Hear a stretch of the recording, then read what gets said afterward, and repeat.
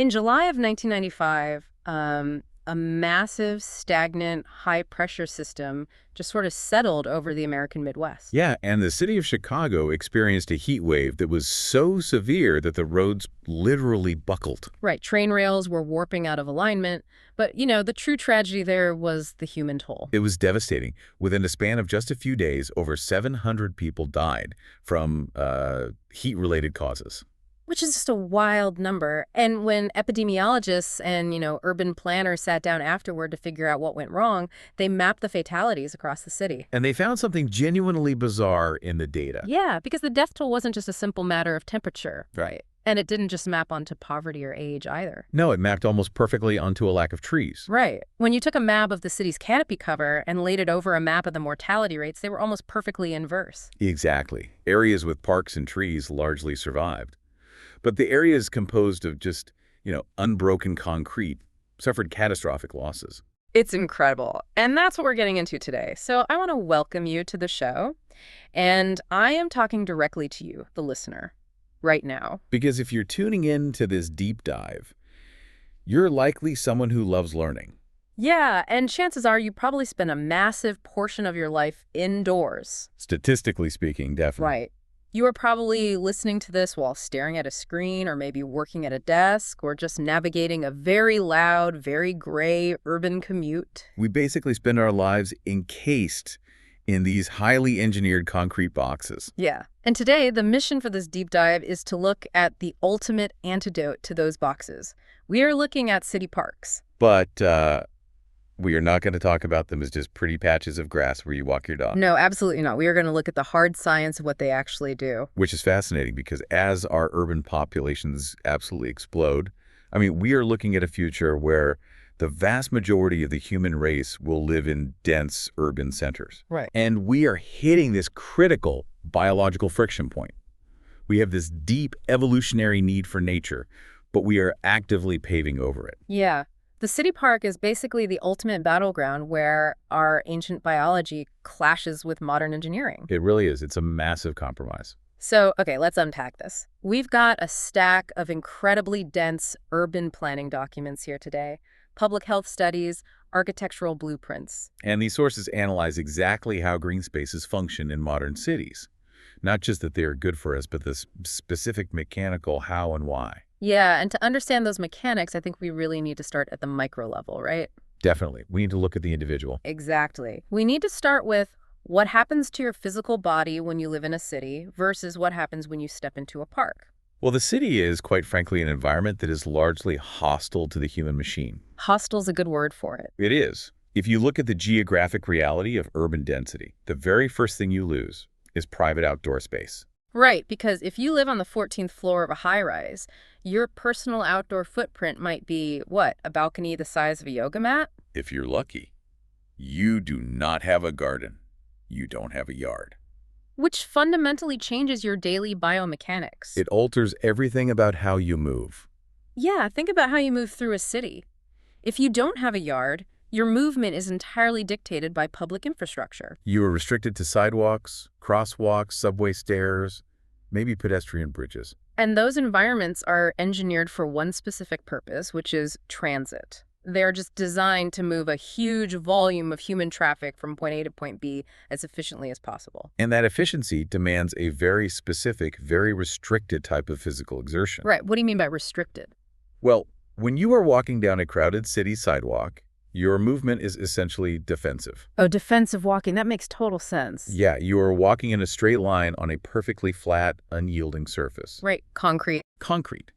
And you are constantly making these micro adjustments to avoid oncoming pedestrians, or you are stopping abruptly at red lights. Yeah, or bracing against the noise of a passing bus. Exactly. Your body is physically tense.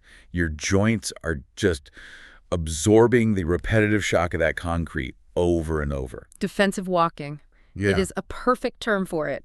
You are just trying to survive the commute without bumping into a delivery scooter. That's all it is, survival movement. But let me play devil's advocate for a second here.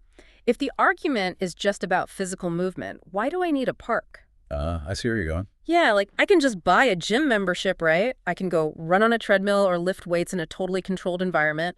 Why is the park such a crucial piece of health infrastructure? Because the gym is, well, it's just another indoor, highly engineered box. Oh, right. The sources we are analyzing are very specific about the outcomes of utilizing outdoor, varied terrain. A gym enforces repetitive motion. Yeah, a treadmill is literally just a flat surface moving at a constant speed. Exactly. A park, however, offers biomechanical freedom. Biomechanical freedom. I like that. Even a simple walking track in a park curves and undulates. The ground is softer, you know? Yeah, it's dirt or mulch. And that softer, uneven terrain requires your ankles and your knees to engage these microscopic stabilizer muscles that completely atrophy when you only ever walk on flat concrete. Wow, so the city is literally weakening our joints. It really is. And it isn't just about the joints either. No, because the medical documents in our sources link the accessibility of public parks directly to the reduction of systemic lifestyle diseases. Yeah, we are talking about severe conditions, heart disease, type 2 diabetes. So how does a park fix that? We have to look at the mechanism of those diseases. They are deeply exacerbated by the sedentary nature of urban living. Right, sitting at desks all day. Yes. When your physical space is restricted, your physical exertion just plummets. And this leads to insulin resistance and poor endothelial function. Endothelial function, that's the health of your blood vessels, right? Correct. The lining of your blood vessels. So when a city integrates a park into a neighborhood, they're essentially unlocking an open-air preventative healthcare facility. Because it forces you to move differently. Exactly.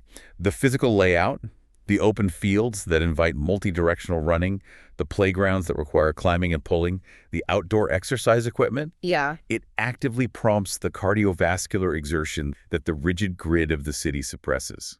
So if you think about it, a city without parks is basically just a giant waiting room for a cardiology clinic. That's a grim way to put it, but it's medically accurate. You are trapped in the sedentary holding pattern, but the park provides the physical room to use your body the way it actually evolved to be used. Yes, the evolutionary aspect is key. But the physical body is really only half the equation here.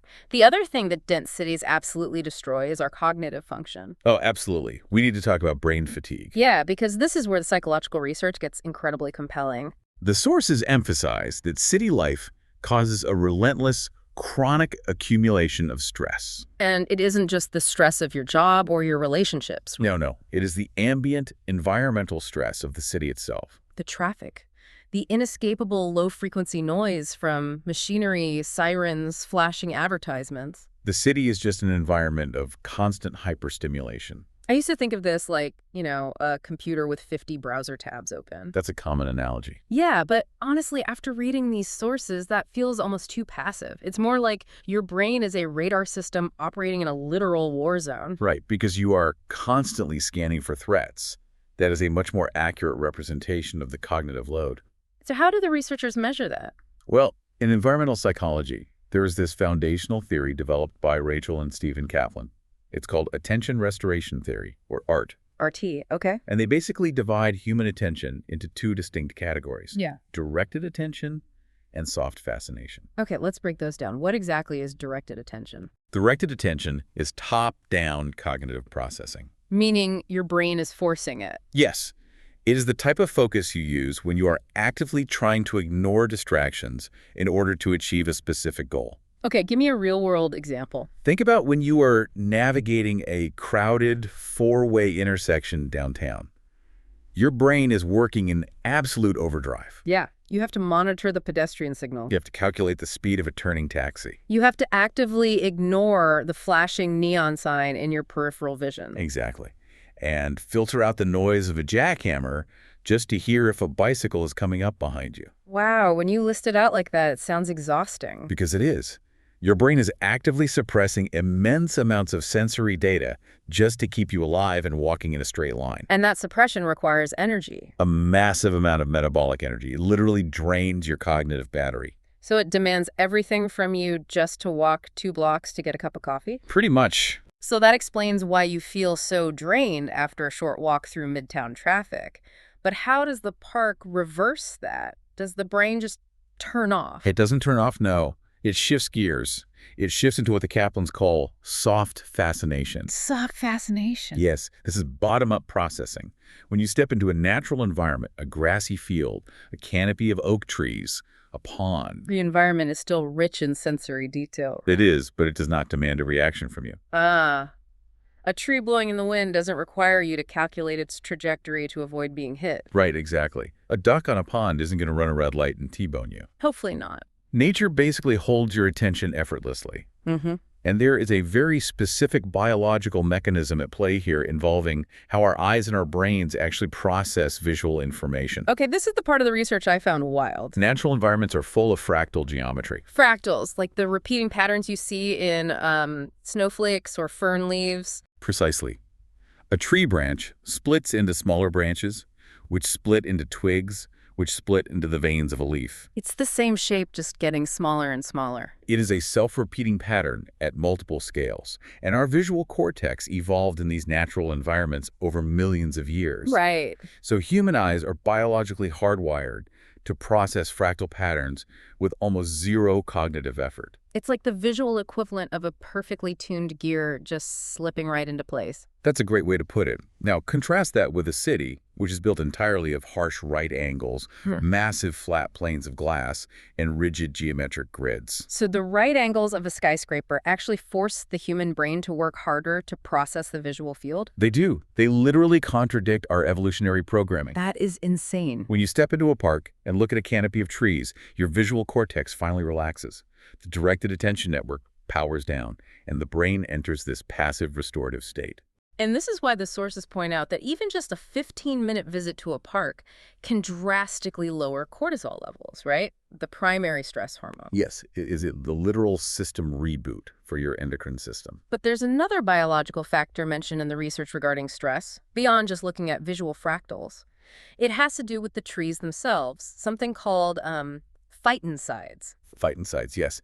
These are antimicrobial, volatile organic compounds. Which means what exactly, in plain English? Essentially, they are the essential oils or the wood-scented chemicals that trees and plants naturally emit into the air. Why do they emit them? To protect themselves from rotting and to fend off insects. So when you are walking through a really dense park and you smell that distinct pine or forest scent. You are actually inhaling these protective compounds. And what does that do to a human? Well, clinical studies have shown that inhaling phytoncides directly decreases the concentration of cortisol in your saliva, and it significantly lowers your blood pressure. That is wild. The tree is literally aerosolizing stress reduction medication. It really is. The park isn't just giving you a pretty fractal to look at. It is actively modifying your neurochemistry through the air you breathe. Okay, so we have an individual who has just walked into the park. Their joints are moving freely on the soft dirt, their cortisol is dropping, their cognitive battery is recharging via soft fascination. They are healing. They are. And once that individual brain is rested and the body isn't in a state of defensive tension anymore, something critical happens to the social dynamic of the entire city. Yes, the individual becomes capable of acknowledging other human beings as something other than obstacles. Which brings us perfectly to the social glue. How parks basically act as the connective tissue for urban populations. Because we really have to acknowledge the defining paradox of modern urbanization, which is that density does not equal connection. Right. If anything, extreme density breeds extreme isolation. It does. You could live in a massive apartment building and share a physical wall with another human being. You might be sleeping like 3 feet away from a total stranger, separated only by an inch of drywall and some insulation. You hear their alarm clock go off every morning. Yeah, you hear them coughing, yet you have absolutely no idea what their name is. And the core information in our sources highlights this beautifully. People from wildly different socioeconomic backgrounds live closer together in cities than anywhere else on Earth, but they almost never interact. So why is that? If we connect this to the bigger picture of urban architecture, the city is explicitly designed for privacy, segregation, and commodification. Commodified space. Think about the spaces you occupy on a given day. You have your apartment that is a private, restricted space. Right, you need a key. You have your office that is monetized, hierarchical space. You have to be an employee to be there. Exactly. And you have a cafe or a restaurant that is commodified space. You are only allowed to occupy a chair in that cafe if you purchase a product. If you don't buy the coffee, they kick you out. We move constantly between these highly guarded bubbles. But the public park Completely shatters that architecture. Completely. It is a completely neutral, non-commodified space. You don't have to buy a $5 latte to sit on a park bench. No, you don't need a key card to walk on the grass. It is basically the shared living room of the city. And because it removes all those financial and hierarchical barriers to entry, it acts as a profound social equalizer. Okay, I want to push back on this a little bit, though. Go ahead. Is it really a social equalizer, or are we just, like, romanticizing it? Because when I go to my local park, yes, it's very crowded, but people still tend to stick to their own groups, you know? Sure. The teenagers are by the basketball courts, the young professionals are jogging with their headphones on, the parents are huddled around the playground. Does sharing a physical space actually translate to real civic trust? Or are we just aggressively ignoring each other on the same patch of grass? That is a very valid critique. And urban sociologists have actually studied exactly this dynamic. And what did they find? They found that the goal of a park isn't necessarily to force strangers to have deep, intimate conversations. Okay. It facilitates what sociologists call passive socialization and the development of weak ties. Weak ties, what does that mean? Well, a strong tie is your family member or your best friend. A weak tie is the guy who always walks his golden retriever at the exact same time you do. Oh, I see. It's the vendor who sells pretzels by the south entrance. It's the group of elderly men you always see playing chess by the fountain. Right. You may never learn their names, but they become familiar figures in your landscape. Exactly. And familiarity breeds a sense of safety. That makes a lot of sense. When you share a neutral space with a diverse cross-section of humanity, when you see a toddler playing, a family eating a picnic, and an older couple reading on a bench all at the exact same time, you build subconscious trust. You recognize that you are part of a shared ecosystem. Yes. In a city that is totally divided by socioeconomic zoning, the park is the only place where the CEO and the barista are subjected to the exact same environment. Sitting on the same design of bench, experiencing the same weather. It breaks down the illusion of extreme separation. And the sources point out that this socialization doesn't just stay passive either. When properly utilized, parks become the staging ground for active community identity through events. This is a crucial transition for a neighborhood.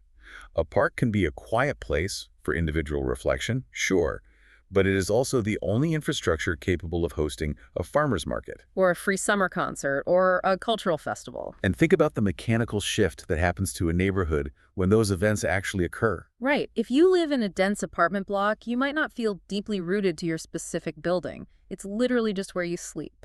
But if every Saturday morning you walk down to the local park and you buy vegetables from a local grower, You hear a local band playing. you bump into the person who lives 3 floors below you. Suddenly, the neighborhood has a heartbeat. The park transforms a group of disparate residents who just happen to share a zip code into a cohesive, bonded community. It anchors you to the geography. It anchors the community. It really does. But, while the park is doing all this vital sociological and psychological work, healing our bodies, resting our minds, building our weak ties, it is also doing an unbelievable amount of heavy lifting for the physical infrastructure of the city itself. Yes, and this is where the sources get into the hard engineering. Right, because parks don't just protect the people, they protect the physical city from the harsh consequences of its own development. We are transitioning here from public health to thermodynamics and hydrology. Here's where it gets really interesting for me. Let's talk about the heat. Okay. We all know cities are sweltering in the summer. You step out onto the pavement in August, and you can literally feel the heat radiating up through the soles of your shoes. It's oppressive. But the source documents explain the precise physics of why this happens. It's called the urban heat island effect. And to understand the urban heat island effect, we really need to understand the concept of albedo. Albedo, A-L-B-E-D-O. Yes, which is a measure of how much light that hits a surface is reflected without being absorbed. Okay, so a white surface has a high albedo, meaning it reflects light, and a black surface has a low albedo, so it absorbs it. Precisely. Now, imagine the material composition of a modern city. It is basically an endless expanse of dark asphalt roads, black tar roofs, and gray concrete. And these materials have a very low albedo. Throughout the entire day, the sun pounds down, delivering massive amounts of shortwave solar radiation. And if that sunlight hits a forest, much of it is reflected or utilized by plants. But when it hits an asphalt street, the asphalt absorbs that radiation. The kinetic energy of the molecules in the asphalt increases, and it physically stores that heat. It acts like a massive thermal battery. It just charges up with heat all day long. And then the sun goes down. In a rural environment, once the sun sets, the ambient air temperature drops rapidly. But in the city, that massive thermal battery of concrete and asphalt begins to slowly emit all that stored energy back into the air as long-wave radiation. This is why a city can remain suffocatingly hot even at 2 in the morning. It is essentially a giant stone oven radiating heat. The 1995 Chicago heat wave we talked about in the beginning is a perfect example of that oven becoming lethal. Absolutely. So what is the countermeasure? The sources point directly to the urban canopy, the trees and the parks. But it's not just about shade, is it? No, shade is only part of it. Because, standing under an umbrella gives you shade, but an umbrella doesn't fundamentally alter the temperature of an entire neighborhood. Shade is important because it blocks the direct shortwave radiation from hitting the asphalt, which prevents the thermal battery from charging in the first place. Right. But you are right, the true cooling power of a park comes from a biological process called transpiration. Okay, let's get into the mechanics of this, because I find this fascinating. The sources mention trees releasing moisture to cool the air. Yeah. How does a tree actually act as an air conditioner? It is an incredible piece of natural engineering. Deep underground, the tree's root system absorbs groundwater. Okay. Inside the trunk, there is a vascular system called the xylem. Xylem. Yes, and it acts like microscopic plumbing, pulling that liquid water all the way up from the roots to the canopy. And on the underside of the leaves, there are tiny pores called stomata. Like pores on human skin. Very similar. When the ambient air gets hot, the tree opens these stomata and releases the liquid water into the air as vapor. It sweats. Essentially, yes, it's sweating. But the cooling effect comes from the physics of phase change. Phase change. For liquid water to turn into water vapor, it requires energy. It pulls that energy in the form of latent heat directly out of the surrounding ambient air. Oh, wow. As the water evaporates, it literally sucks the heat out of the microclimate. So it isn't just blocking the sun. A mature oak tree is an active thermodynamic engine. It is constantly pumping groundwater up into the canopy, using the heat of the city air to vaporize the water, and in doing so, physically lowering the temperature of the surrounding block. It is evaporative cooling on a massive scale. A single large park can lower the ambient temperature of adjacent neighborhoods by several degrees. And in the context of a severe heat wave, those few degrees are the literal difference between life and death for vulnerable populations. A thermodynamic engine disguised as a pretty tree. It's amazing. It really is. And the engineering miracles don't stop at heat. The other massive environmental threat to modern cities is the exact opposite of a drought. It's water. Right. The source material highlights stormwater management as another critical area where parks save cities from catastrophic failure. Because the fundamental flaw of a modern city is that it is completely impermeable. Right. We've paved over everything. The core info says that during periods of heavy torrential rain, cities experience severe flooding because water cannot easily pass through roads and buildings. It just has nowhere to absorb. Let's trace a single drop of rain during a massive storm. Okay. In a natural environment, a raindrop hits soil, and gravity pulls it down into the groundwater table. But in a city, that raindrop hits a concrete street. And the street offers zero resistance and zero absorption. It is essentially a giant water slide. Every drop of rain immediately rushes toward the lowest point, which is usually the storm drain. And when millions of gallons of water hit those drains simultaneously, the system completely chokes. The pipes are only so wide. Exactly. When the volume of water exceeds the hydraulic capacity of the drainage system, the water has nowhere to go but back up. And that is when you get flooded streets, water cascading down into subway stations. And basements filling with raw sewage if the storm drains are combined with the sewer lines, which happens in a lot of older cities. It is a catastrophic infrastructure failure. So how does a park prevent this? Well, the basic explanation is that dirt absorbs water and concrete doesn't. But I want to dig deeper into the modern application of this, because the text explicitly says that modern urban parks are designed with special systems that collect and store excess water. Yes. Wait, so are modern parks actually built with hidden plumbing? Are we talking about engineered structures beneath the grass? We absolutely are. While a traditional grassy field is better than concrete, modern landscape architecture has evolved far beyond just throwing down seeds and planting grass. So what are they doing? Urban planners are engineering green spaces to act as high-capacity stormwater management systems. They utilize features like bioswales, rain gardens, and massive underground retention basins. Okay, explain a bioswale to me. What does that actually look like if I were to slice it open? If you take a cross-section of a bioswale, you wouldn't just see dirt. It is a highly engineered, multi-layered filtration system. Like a lasagna of dirt. Sort of. At the very bottom, you might have a thick layer of coarse gravel or a specialized perforated pipe system that's tied directly into the city grid. Okay. Above that is a matrix of sand and engineered soil, designed specifically for rapid water permeability. So it's designed to let water drain through it as fast as possible, unlike heavy clay, which would just turn to mud and pool at the top. Correct. And the plants they use on the surface aren't standard turf grass, which has very shallow roots. Right. They use native plants with massive, deep taproots that plunge feet into the earth. And what do the roots do? These roots act like biological rebar, stabilizing the soil. But as they grow and die, they also create channels, literal tunnels for water to flow rapidly downward. So it's not just a sponge. I've heard the sponge analogy used for parks, but that feels almost too passive now. A sponge just sits there and gets soggy. It does. This sounds more like an electrical capacitor. Elaborate on that. Well, in an electrical grid, a capacitor stores a surge of energy and then slowly releases it so the circuits don't fry. During a massive rainstorm, the city's drainage grid is experiencing a massive surge of water. If all that water hits the drain at once, the grid fries. It floods. Okay, I follow. But the park intercepts the surge. The bioswale captures the deluge, stores that massive volume of water in the gravel and sand layers underground, and then slowly, over the course of 24 to 48 hours, leads it back into the city's drainage system. It flattens the curve of the floodwater. Exactly. That is an exceptionally accurate mechanical analogy. It acts as a pressure valve for the city's infrastructure. Wow. In extreme cases, like the Sponge City initiatives we see being developed globally right now, massive underground concrete cisterns are built directly beneath the playing fields of parks. Just massive empty tanks. Yes, to hold millions of gallons of storm runoff, which is later pumped up and used to irrigate the park during dry spells. That is incredible.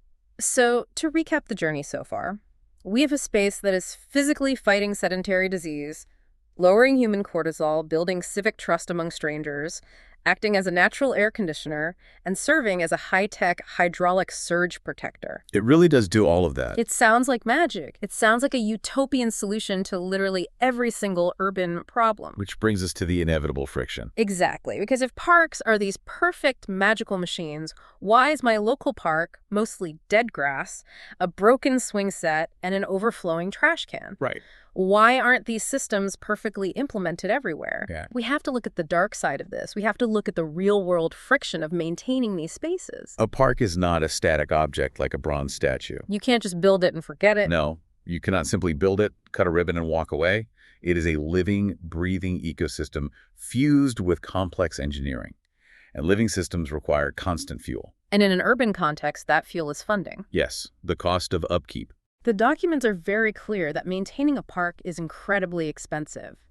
You are paying for continuous landscaping, the pruning of those massive trees to prevent branches from falling on people, Security personnel, trash removal. and the repair of specialized equipment like playground structures and those bioswale drainage pipes we just talked about. And here is the fatal flaw in municipal budgeting.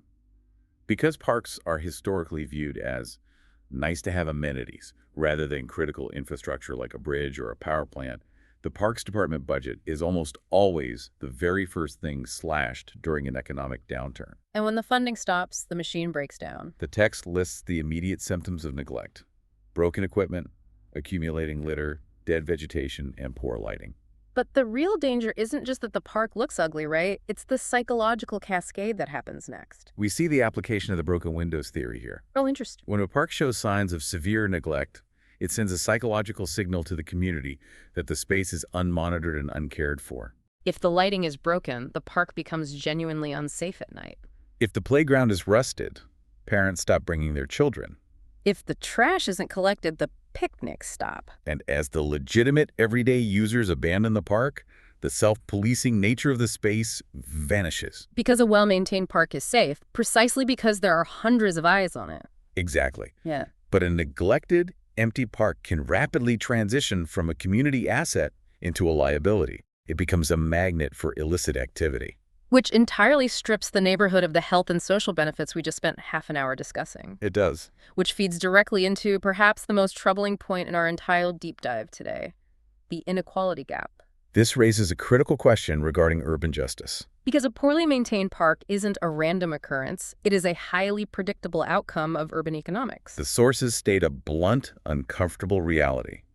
Wealthier neighborhoods have large, impeccably maintained parks with dense tree canopies. While poorer areas often have zero access to green space, or they are stuck with completely neglected, concrete-heavy lots. The health benefits we praised earlier, the reduced risk of heart disease, the lowered stress, the cognitive restoration, the protection from fatal heat waves. These are literal, life-altering medical and safety benefits, and they're basically being gatekept by real estate prices. They are. But I want to understand how this happens mechanically. Why does a poor neighborhood have fewer trees? We have to look at the mechanisms of urban funding and historical zoning. In many municipalities, public infrastructure is heavily subsidized by local property taxes. So high property values mean high tax revenue, which means the local parks department has the budget to plant trees and fix playgrounds in that specific area. Exactly. Conversely, low-income neighborhoods generate less property tax revenue, leading to chronically underfunded public spaces. It's a vicious cycle. But it goes deeper than just current budgets. It goes back to historical zoning practices, such as redlining in the United States. Redlining, where banks and governments literally drew red lines on maps to deny loans and investment to minority and low-income neighborhoods. Yes. During the explosive growth of cities in the 20th century, industrial zones, highways, and waste facilities were deliberately routed through or adjacent to marginalized communities. So the land in those areas was heavily paved and industrialized on purpose. Meanwhile, expansive green spaces and parks were intentionally mapped into the affluent neighborhoods. We are still living with the architectural bones of that discrimination today. It creates a horrific, compounding cycle of disadvantage. A marginalized community already faces higher levels of baseline urban stress, worse air quality because they are forced to live next to the highway, and fewer healthcare resources. And by denying them access to a functioning park, you are removing their only biological defense mechanism against that toxic environment. They don't have the trees to filter the air, they don't have the canopy to lower the heat wave temperatures, and they don't have the space to engage in preventative physical exercise. It is a systemic failure. But before we move on, I want to hit on something practical. Because our sources emphasize that residents aren't completely powerless here. How can listeners advocate for better local park maintenance in their own neighborhoods? The primary mechanism is getting incredibly loud at the local level. Parks departments respond to civic pressure. So what does that look like? First, attending city council meetings, specifically during the budget proposal phase, and demanding that park funding be classified under essential public health, not just recreation. Make them look at the medical data. Exactly. Second, forming a Friends of the Park nonprofit group. These local citizen groups can actually audit property tax allocations and apply for state or federal green infrastructure grants that the city itself might be too understaffed to pursue. So you basically form a shield wall around your local park's budget. Yes. And the sources do offer a glimpse of a structural solution from the planner side, too, because you can't just bulldoze 3 blocks of a dense, low-income neighborhood to build a replica of Central Park. The displacement would be catastrophic. You can't retrofit massive green spaces into dense grids. So the modern urban planning strategy has shifted toward microparks or parklets. A much more surgical approach. Right. If you cannot build 100-acre park, you build 100 one-acre parks. The push is to ensure that every single resident, regardless of their zip code, is within a 10-minute walk of a green space. And how are they finding the space for this? The city is already built? By reclaiming the margins of the city, planners are taking abandoned, irregular lots between buildings and turning them into highly dense community gardens. Oh, I've seen those. They're taking over 2 parallel parking spaces on a commercial street, building a raised wooden platform, adding heavy planters and benches, and creating a parklet. You slot these hyperlocal green spaces directly into the thickest parts of the concrete grid. Exactly. It doesn't solve the systemic financial inequality overnight, but it brings those critical mechanics, the water absorption, the fractal visual relief, the physical resting space, back to the people who need them the most. It is an architectural band-aid, but a very necessary one. However, there is another modern challenge facing parks today, and this affects all parks, regardless of funding or zip code. Okay, what is it? It is a behavioral shift that threatens to undermine the core psychological utility of the space. Ah, yes, the technology paradox. I have to confess, I am incredibly guilty of this. Most of us are. The core information points out that people are increasingly using their smartphones, smartwatches, and fitness trackers in parks, and the parks are actually leaning into it. They offer free high-speed Wi-Fi now. There are apps for interactive trail maps and augmented reality games like Pokemon Go that rely specifically on park geography. It creates a fascinating modern tension. On one hand, technology is serving as the bridge to get digitally native populations back outdoors. Right. You might be motivated to go to the park specifically because your smartwatch buzzed and told you to close your exercise rings. Or you might be using a bird identification app that makes you look closer at the wildlife. The tech is the hook. It gets you through the gate. But the paradox is that once we are there, the technology might be entirely neutralizing the benefit of the visit. Let's go back to attention restoration theory. Soft fascination. Giving the brain a rest from top-down, directed attention. The cognitive cooldown. Exactly. How can your visual cortex relax? And how can your brain experience passive restoration if you are spending your entire walk staring down at a brightly lit screen? It can. You're tracking your split times on Strava, you're answering a Slack message while sitting on a bench, you're doom scrolling the news while leaning against an oak tree. You are physically standing in the park, but cognitively, you are still navigating the highly stressful, demanding digital street. You are completely short-circuiting the restorative mechanism. The physical environment cannot lower your cortisol levels if your attention is entirely consumed by the device that literally generates your cortisol. It's the difference between going to a park to be in the park versus going to a park just to use it as a green outdoor treadmill while your brain is still stuck at the office. The sources note a profound worry among psychologists that this reliance on screens reduces our direct sensory interaction with nature. We are mediating our experience of the physical world through a digital interface. And it requires an immense conscious effort to disconnect, which goes against every behavioral conditioning of modern life. We are conditioned to be connected 24/7. We are. And this tension between our biological need for nature, our rigid engineering, and our digital lifestyles was recently put under the ultimate global stress test. Which brings us to the final major shift in how society views these spaces, the COVID-19 pandemic. The pandemic was a massive global catalyst. It forced governments, urban planners, and everyday citizens to suddenly confront everything we have discussed today, all at exactly the same time. It was an unparalleled test of urban resilience. The sources highlight this shift definitively. Think back to those intense periods of lockdown in 2020. The entire indoor commodified architecture of the city was completely shut down. No gyms, no restaurants, no movie theaters, no coffee shops, no offices. The indoor boxes were sealed. And suddenly, the population was entirely dependent on the outdoor spaces. The visitor numbers to city parks skyrocketed to unprecedented levels. People are desperate. They needed physical exercise, they needed fresh air, and crucially, looking back at our social glue discussion, they needed safe, distanced social contact. The park became the literal only place where you could legally and safely see another human being outside of your household. They became the only pressure valves left in an incredibly pressurized urban system. And this triggered a massive, permanent paradigm shift at the municipal level. Explain that shift. How did the planners' views change? Before the pandemic, despite all the scientific data we've discussed today about heat islands and cortisol and flood management, parks were still largely viewed by city officials as decorative. They were the garnish on the plate of the city. A luxury to fund when times were good. Exactly. But COVID-19 proved, undeniably and violently, that parks are essential infrastructure. They are not the garnish. They are the main course of public health. When the entire artificial structure of the city collapsed under the weight of a biological threat, the organic structure of the park was the only thing holding the physical and mental health of the community together. It was a brutal wake-up call for planners. We realized that if a city does not have accessible integrated green space, it has zero resilience. If a crisis hits, the citizens have nowhere to go. They are just trapped in their boxes. So, looking forward, the sources are definitive on what comes next. As our cities continue to expand and densify, the demand for parks is going to grow exponentially. Successful urban development can no longer treat green space as a secondary thought. Right. It must be integrated into the core foundational blueprints, right alongside the power grid, the sanitation systems, and the transit networks. So what does this all mean for the future? It means the blueprint of the future city has to change fundamentally.